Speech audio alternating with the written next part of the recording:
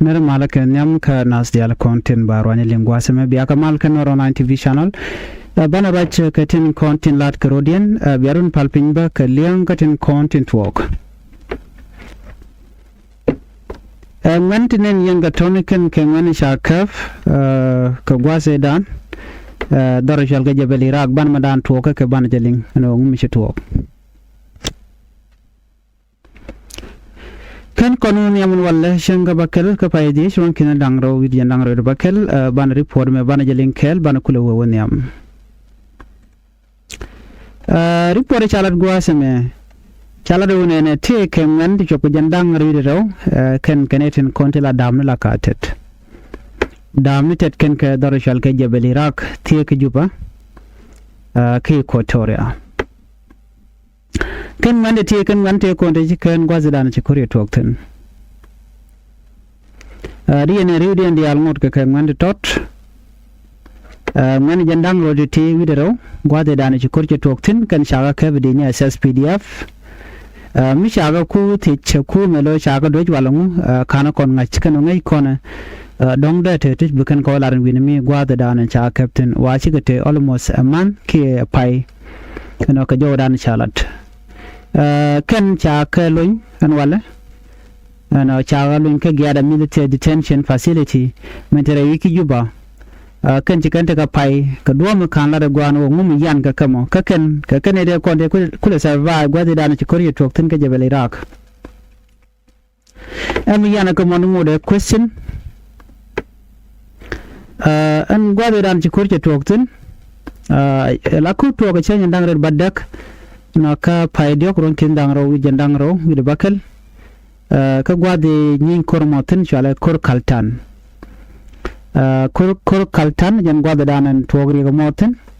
no mechi kor mechi to ka tay danan ci to ga je ne tin wan ci ga gaj bolong ko chagu jino dong mel to kor ka jamo dong da lam do dien ko chagu jino dong no de GSPL ayo de tetten ka chagu jino ci GSPL ayo ci kan tetten no mo ameda na shora la ne re ko dan me ce to no ka tay dan ne shin wan yere lat ka je chagu jino ne na an ko dan ci tok maybe ka GSPL ayo ke maybe ka jankro dien ke gane de ko ne ka just report ne ka tay dan chalat ke je then after that me cha ken ngande to cha ke ko me ci ka kan ka jen ko mo chayu yiɛn en report me cha confirm pan ambassador garang deng agwer jala chairperson ka will community ka juba ala dol yala kon chanen gwas me kan ga ja will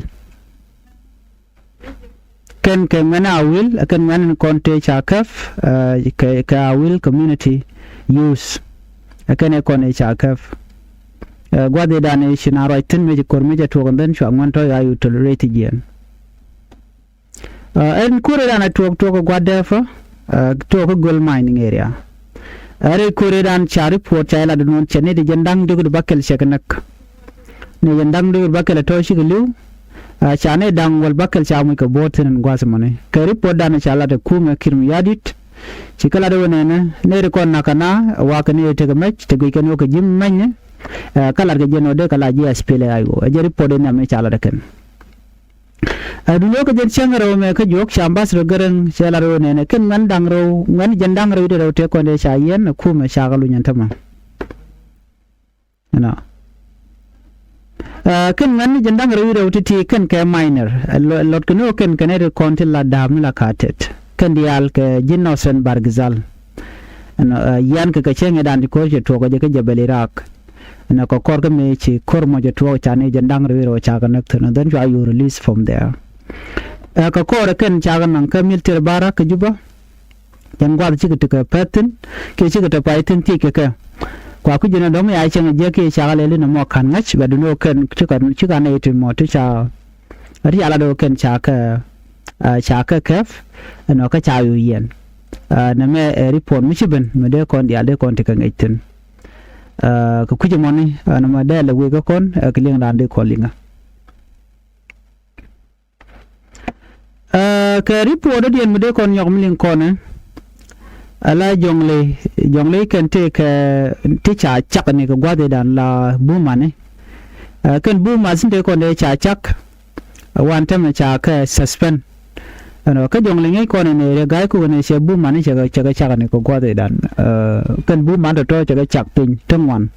an tem cha jo no ne na cha ken jong le buma te ko ne cha chak tin ken buma ni wa cha ke cha nyok mo ka ba ka chung ko wa kan si kan tari gen no kam jidor la intercommunal tension cha tuɔɔk ke ni na kam ken ke jen ka kan ku ko dora e dor me cha la buma so na mo chere ke no ne ya gu jeno ko to kan kur ba dil kap chung ko ku mo cha authorities ken der kon ka bom ka South Sudan Jonglei state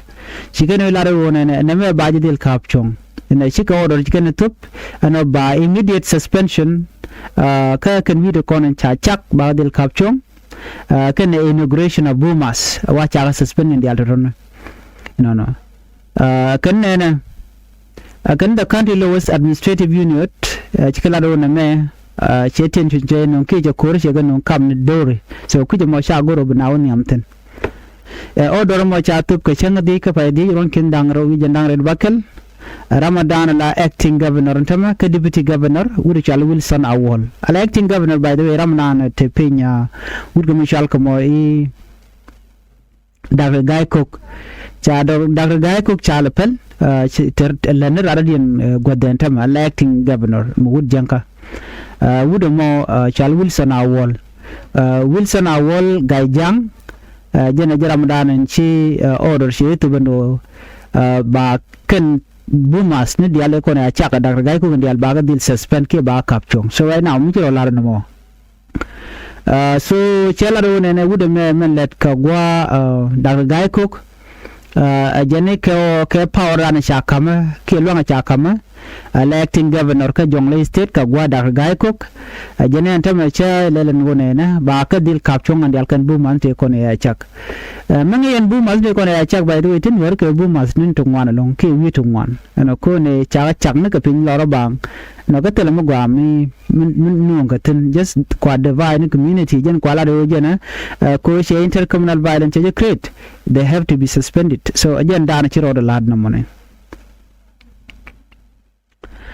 chuli me chela do ne ka power ke longa dana cha kam state constitution la Jonglei state constitution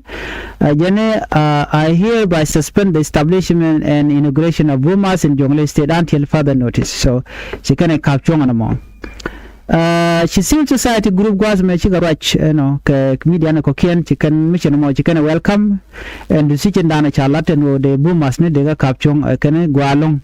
ko na me kene be conflict be reduce ke be conflict be jaga jakwi no ko ken bumas ne ko na cha gwat me wa cha akalin kan dial ke administrative boundary dispute chermi lo mi chawon me dora ke bumas da la ko la ga no cha gu jeno no chena bil la continue no kan na me gwalung ko cha ga suspend ta ke cha kapchong rather than me la Jonglei based activist which ala bol deng bol no ajani ta cha bumas ni ti jidini ke wit jidini ya cha ga jare wi ka Jonglei tin were ka bumas ni ti jang ka bumas ni cha la do na me che yen che korum wan je ga tok so ku jamo ba ga dil kapchong che do bran chalat ke ja ko na me no ko ka ku moni chala do cha ke kapchong antama so chi community chicken bill focus tin mi chicken mo ne me dai yana ngaje no mi chala no ke ga la do me dari ge da ne to akamal wal chat gwa de chi kurje tok tin me nar nektin and koromo wa che ne dang baro che ganak no kane dang wal dir te go bot no ka chenya nang ru bangwan ka pay maron kin dang ro dang ne bakel and intercommunal violence ma me che to ka kan two group kol nyang payam men te go bor county no kan witin ko ken and koromo kamalwal chat chene man che ganak so cha goro bo won yam ke wa jen ku bu masni ne me kan wiri ya chak ne ga pintene cha jo mo cha jaladino Take another report with the Lingua civil society group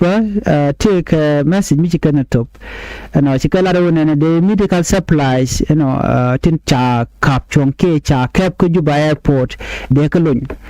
Juba airport re ki Juba take a kwak cha kap chong kuma ti kan logo no were which ka South Sudan ka shui na kan kwak to kwak dwelwal Civil society activists chicken kuma South Sudan government meant to pin kirma yadi tikaladone the medical supply they could release ka kapoita civil hospital and on ko ken kwagati katisha kabro ka Juba international airport atema chikatene ka pai chaga kamra nyam gwadam tikatin kuna tije no ngum ka ba ka shonga je no wal cha ka kume ngum cha ka to ko je ko de ne ko no shude ka loka wal no ma mi cha la de ken mutual support peace initiative organization mutual speedo jala do ne shawen dille yeme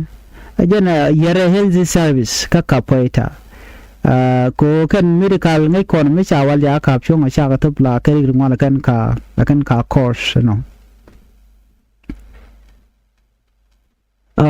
shi karwaje no ne te content en wana mo kane ni ka jen gwa de dan e cha wal no je wal dia ya kabre wi Juba chik cha gang ka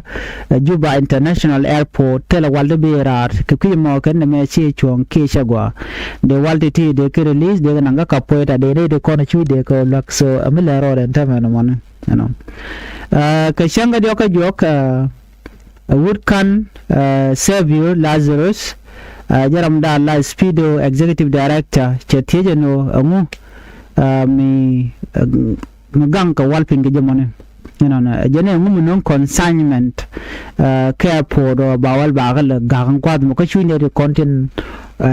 tintup ko wal kan ne tin content tingor ka wal do ba dien de yen wal de yen ka kapchonga jamone chaga jogo no wala to de yen ga jago de ka tup de kam jiken no they come to con issue jala vulnerable people tin gor ka wal cha jomo cha jala dinon so na me le ara wi tin mi de kon te kangech ano kuma kirmi yadi zamo che no go no wal de release so na me le roda ka report ana chalat another report me de ko lengwa ndele la kwikur du no beje no yaka another report an ban yo jaka report den biate ka mal bye bye